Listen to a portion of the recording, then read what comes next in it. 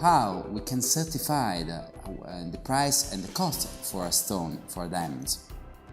First of all, we have to make certification of the 4 C's, who are the 4 principal characteristics who give us the cost and the value of a stone. All this certification has to be made in order to respect the GIA, the Gemological Institute of America, way of certification. We respect that rules because these are international rules. We can start from the carat. The carat is the weight of the diamonds. It's divided. It's like 1/5 of a grams, and is divided, shared in 100 points. So we started from the smallest stones that are 1 cent of a carat. We can going up to a quarter, which is 0.25, or a half a carat, say 0.50. The most important things to say about the weight of the carat and the weight of the diamonds is that the cost of a stone is much more higher in relationship to the weight, because it's much more rare to find in nature a stone that is bigger than 2 carat or 3 carat in the rough weight.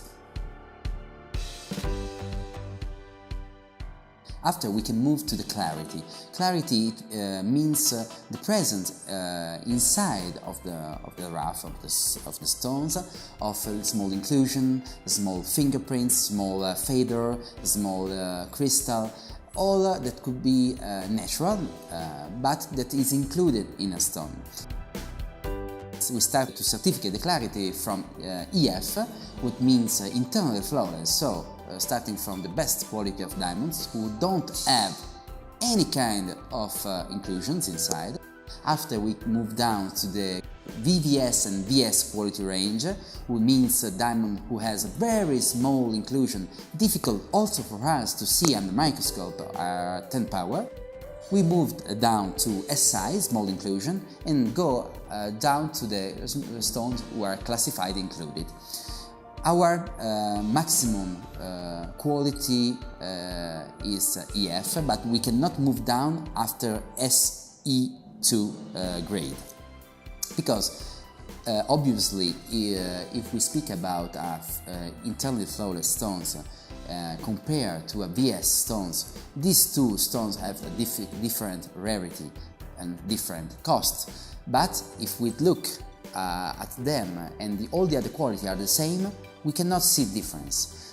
The difference obviously is in the rarity, but we can supply only stones that are coming from EF to Si2, because since Si2 we have inclusions that are not visible from the eye but only at 10 power, and these inclusions are they cannot damage or influence the transparency of the crystal of the diamonds, and are not dangerous for the diamonds also. So it's important to respect and to stay up from Si2, because you can choose any kind of stones, but stay in this range, because in this range is our safety range, and it's a range where the inclusions are not visible from the unaided eye. We can move to the color. The color is certified from the letter D, starting from the letter D, who means white exceptional plus, and DEF are the more extremely rare color in the diamonds. The top white color are in this range. After, we move down to G, who means white plus, and to H, who means white. These first 5 range of the color section are the range of the white diamonds. It means more or less white, but always white. If we move down to E, J, K, L, M, we go to a little, we start to see a little of the yellowish coming into the stones, and after that we're moving down to the industrial product that we don't use in our atelier. The color is certified not under 10 power, but with the unaided eye, and this means that little difference could be visible in 1 second from also from the clients, because you can see easily the difference between a stone who is H color, for example, compared to a stone who is F color. The difference is very easy to see. So it's very important to use high color, because it means that the stone is more like the ice effect, and so it's more beautiful and it's more white.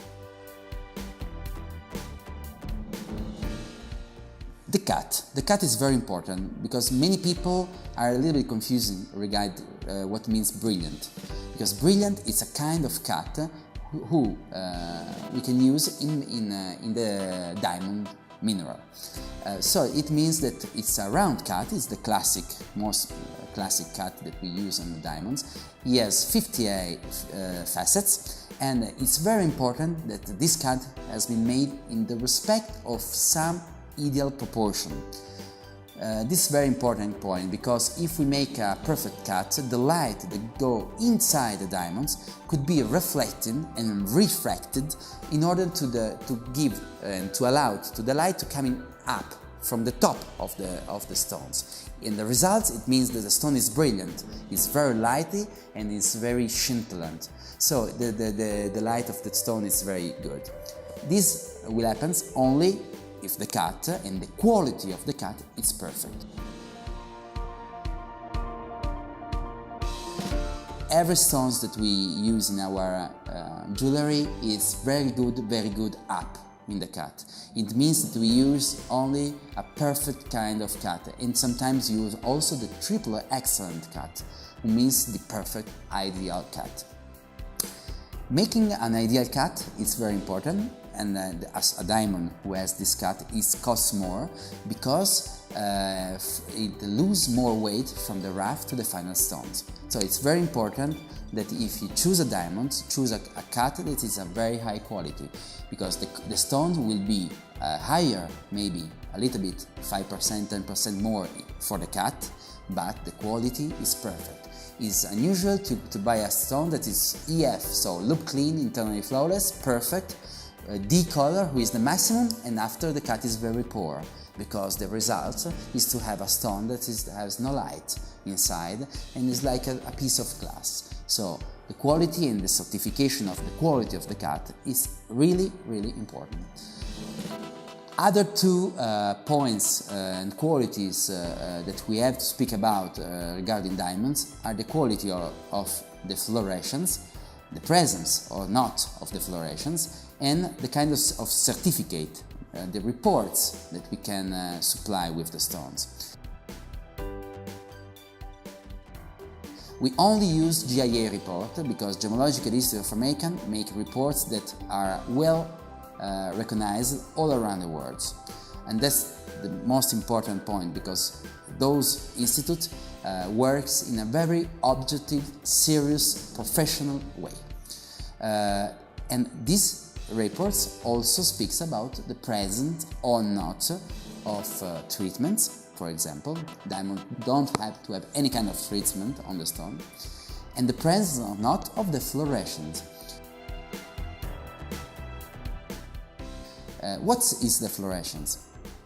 This is another characteristic of the stones, and it means that if the fluorescence is strong or medium in the diamonds, that there is on the mineral some impurity that are not inclusion, but are impurity in the chemical composition of the stones.